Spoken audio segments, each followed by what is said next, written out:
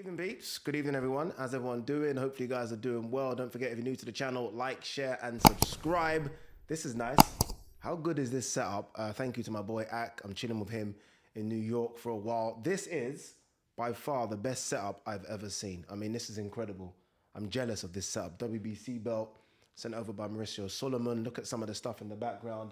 Ak Barak there with Canelo signed. You got the old school bag there. You got a picture of Ak Barak, Jadakiss and AJ, and he's been kind enough to let me film in the studio. Yes, I'm on holiday. Yes, I'm on a break, but I thought, you know what, we still need to talk about some boxing. A lot of you still going back and forth about what happened in Poland with Daniel Dubois and Alexander Usyk. I still think people are mixed with this one. I think the majority are saying, okay, low blow, but I think there's still a few, the loud minority that think maybe Daniel Dubois is unlucky not to get the decision in Poland. And when I say decision, I mean obviously stopping Alexander Usyk to the body, because I don't think Usyk's getting up at a count of 10. I've watched it back and there's part of me that's like, okay, Usyk would have got up, but I think he was poleaxed. I really do. But look, we'll see what happens. Ultimately, though, I think the biggest takeaway is about Daniel Dubois' mentality. And I feel bad saying that, but it has to be said. I think a lot of people, I think even Dubois said it after, didn't he? That once that maybe that didn't go for him, he kind of got dispirited. And I think we all saw Alexander Usyk go through the gears and obviously eventually stop Daniel Dubois. So I think that needs to be worked on. Some have said, look, if you've got it, you've got it. If you haven't, you haven't. And that might be the case with Daniel Dubois, but I think it's something that can be worked on. Remember, he's only, 24, 25. But look, I think he showed in that fight that there is a very good boxer in there. I don't know if he is a future world champion or a world level boxer, but I think he's a guy that can compete. I think he's got enough power. He's got decent speed. Feet are a bit slow, but I think those things can be worked on.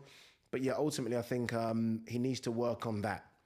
I think we've seen it a couple of times now. I don't think the Joe Joyce one's as bad as people make it out to be. I think, if you've got a fractured orbital bone, then, I mean, or a detached retina, or on the verge of a detached retina, then why should we say you should continue? But I think him getting put down with a jab, and it was a tough jab, but him getting put down with a jab, we maybe need to look at Daniel Dubois' mentality going forward. All right, big fight this weekend. It's a shame that I'm not going to be in the UK for it. I had hoped that the Zone would have done something with it, so I would have been up there, but they're not, which is disappointing. But look, it's a big fight nonetheless.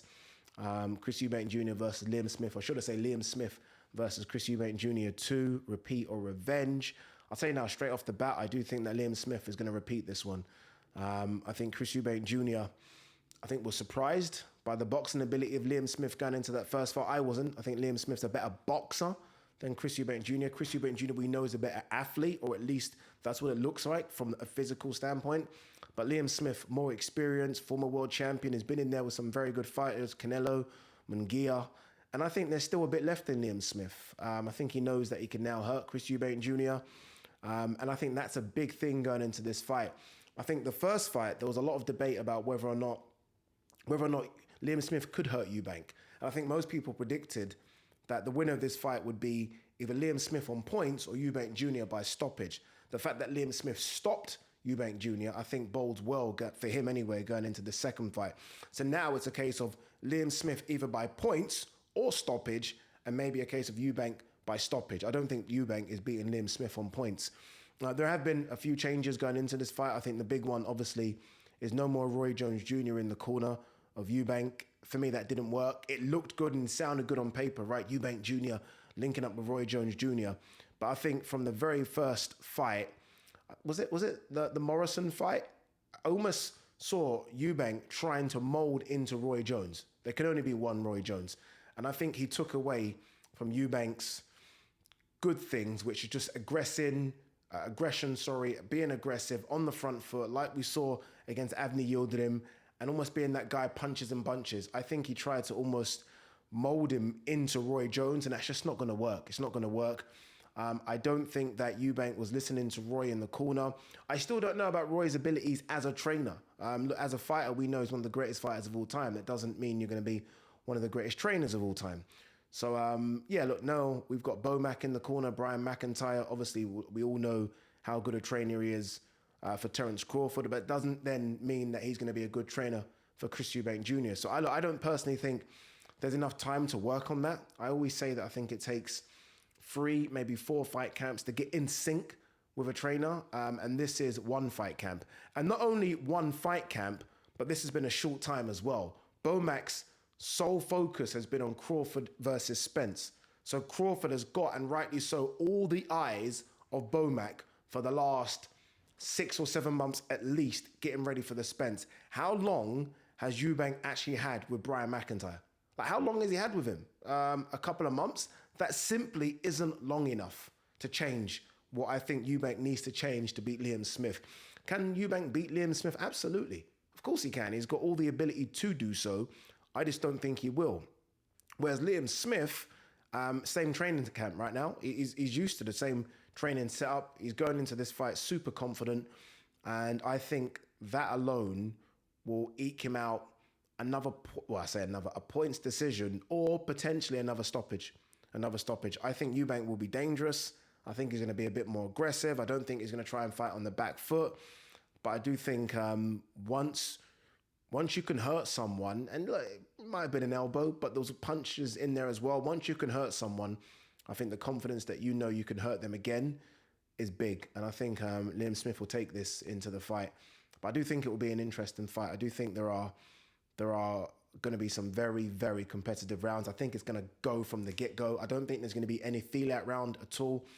And it will be interesting to see if Bomac can do anything to change Eubank's style. I think it's just a case of knowing that you've got a world-class trainer in your corner, and hopefully that gives Eubank another 10% confidence. But look, I think it's a good one, but I'm going for repeat as opposed to revenge. Let's have a quick look at the undercard for this one. Guys, what do you think about the setup here, by the way? Honestly, what an incredible setup. What you guys don't see out of shot. Oh, you can see it actually in the shot. All these boxing gloves signed by some of the greats of boxing. We've got some pictures over there with Lomachenko and Ak and Barak. Again, another Canelo one over there. What else we got? We've got Terence Crawford up top, another Asia one up top, some signed boxing gloves here. Honestly, it's making me want to go back to my setup and really change it. We're using a proper digital camera. You guys know that when I film with just this. It's good. It honestly inspires me to get back to London and do my setup. It's got a couple of lights here as well. Really, really good.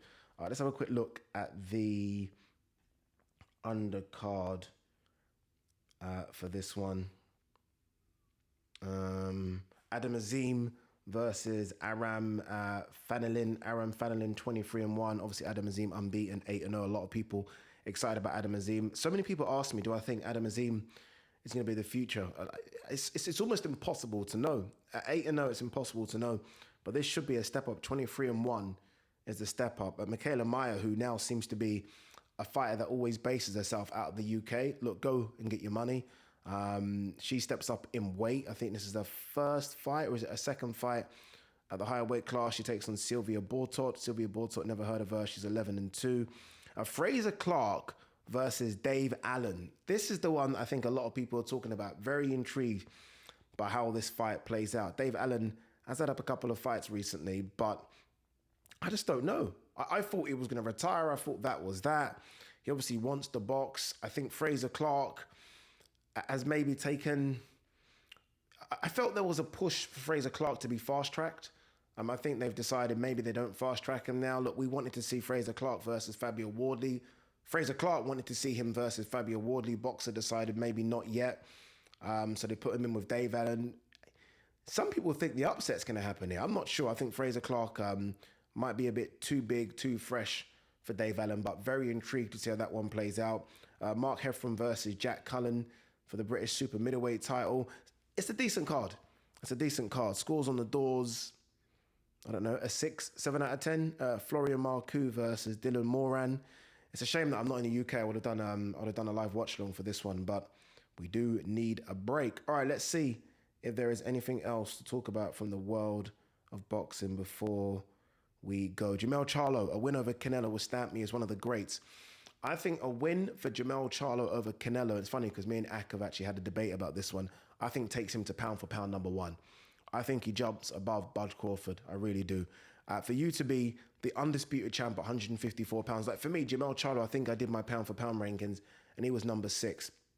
For you to go skip past 160 and take on the undisputed champ at 168, someone that's not lost at 168, and beat him and be undisputed at 154 and undisputed at 168, how can you not be pound for pound number one? How can you be undisputed in 2 weight classes and not be the king of boxing? And he would be beating Canelo as well. Say what you want about Canelo. Canelo for me is still a top 5 pound for pound fighter. So I would have him above Canelo. Look, it's a tough one, but I would have him above Canelo. Terence Crawford believes Derek James is a great coach, but did a bad job on July 29th. I don't know. I feel like Terence Crawford's almost taken away from Terence Crawford by saying that. I actually think he should say Derek James did a great job. It's just that I'm just too good. And that's what I think it was down to. People always talk about Derek James's instructions in the corner. Derek James could have said anything to Errol Spence July 29th and Terence Crawford still would have got the victory. Terence Crawford is just Terence Crawford, special guy. It will be interesting to see what Terence Crawford does next. I'm very intrigued to see what happens. Obviously, look, he's waiting for the outcome of Canelo versus Jamel, and then I think he'll make his decision. If Canelo wins, I do believe he's going to go gunning for a fight at 168 with Canelo. I don't think it can happen, but I think he'll be gunning for it. If Jamel wins, he's going to go gunning for Jamel at 168. So I think he's going to want to fight the winner. I think that 21-pound jump's just a bit too much. That's what I think. Danny Dubois, trainer, says controversial punch on Usyk was a long way from the balls. It's not about it being a long way from the balls. Was it legal or illegal? I think it was illegal. Watched it back. I've spoken to people about it. I now believe it was a low blow. And they just have to get on with this and move on with it. Like, you know, just look at forget that. Just look at Daniel Dubois' performance and start talking about how good he was up until round 5 and how how, I don't want to say bad he was, but how not great he was from round 5 onwards. And I think they should look at that. Ultimately, though, I think Don Giles done a good job with Daniel Dubois. I think that was probably the best Daniel Dubois that I've seen. Jose Benavidez Jr. hoping to land title shot against Jamal Charlo. I want that belt. Jamal Charlo's been out the ring for so long now. I'm not quite sure what's going on. I don't know how the WBC haven't stripped him. How have they not stripped him? By the way, I really want one of these WBC belts. I know I've attacked Mauricio Solomon a lot, but how nice does that belt look? Axe going to ask Mauricio Solomon to get me a belt. And not only that, what you guys can't see, let me see if I can get it. Don't know if you guys can see this, but I don't know if you can see that, but they've got their photos on the belts. How cool is that? I wouldn't mind a bit of that. That's incredible. Yeah, but I don't know how Jamal Charlo hasn't been stripped of his WBC middleweight belt. Like, I know he's going through personal problems, and I hope they can get through those personal problems. But a division is being held up here. The WBC belt is still the most prestigious belt in boxing. It is. I mean, the ring's the ring, but the WBC belt is. And Jamal Charlo hasn't fought for so long, yet he still has the belt and hasn't been stripped. Doesn't make sense. Mike Tyson, McGregor went 10 rounds with Mayweather. Why can't Ngannou give Fury a capable fight? I get it, but nah. Fury should play with Ngannou. Like, McGregor at least had, I think there was a boxing background. Like, I think, was it the Crumlin gym I think it's the Crumlin gym in Ireland, where as an amateur he had a few bouts. Ngannou can't box. Like, McGregor, when you watch him, there's actually some technique there. It wasn't great against Mayweather. No one's going to look good against Mayweather. And plus, Mayweather's not a puncher. He's not a puncher. Say what you want about Fury. Fury can hit now. Now that Fury sits on his punches, I think we saw the knockout to Dillian White. We saw him beat up on Derek Chisora. We saw him put Deontay Wilder down a few times. He's got power there. He should run rings around Ngannou. Ngannou's a big man. I've been around him, but Fury is the number 1 heavyweight on this planet for a reason. There's no way a guy that hasn't boxed, regardless of the size of him, should cause problems to the number 1 heavyweight on the planet. It shouldn't. Anything else before we wrap? Gervonta Davis's trainer, Tank would whoop Sean O'Malley's ass in 1 round. Yes, he would. Sean O'Malley, by the way, for you guys that don't know, current UFC champion, has called out Gervonta Tank Davis saying he wants that fight. Gervonta would absolutely destroy him. Sean O'Malley is a striker, but it's a money fight for Sean O'Malley. For Gervonta Davis, it literally is a glorified sparring session, and he would absolutely destroy Sean O'Malley. Last one, Crawford on fighting Canelo at 168. Why is it ridiculous? I meant what I said. It's ridiculous because naturally Crawford's a slim guy. Obviously now I know he's fighting at 147 and he's thickened out a little bit. You're jumping 21 pounds. You're jumping 21 pounds and you're taking on Canelo. You're not jumping 21 pounds and taking on a scrub. You're not jumping 21 pounds and maybe dipping your toes in the super middleweight division. You're going straight for the man, the king. Look, I love it. That's what we want to see. We want to see these challenges, but I mean, that's a tough one. That's a tough challenge. All right, guys, I might do more videos here, by the way. This was a bit of a rushed video. I didn't expect to film, but I wanted to give you my thoughts on Liam Smith Eubank. I might do videos in the lead up to it. You know what? We might do a live watch along. We might do, if I can work out this technology and see what we can do, we might do a live watch along, which would be fun, right? We might get that done. Anyway, guys, girls, peace and love.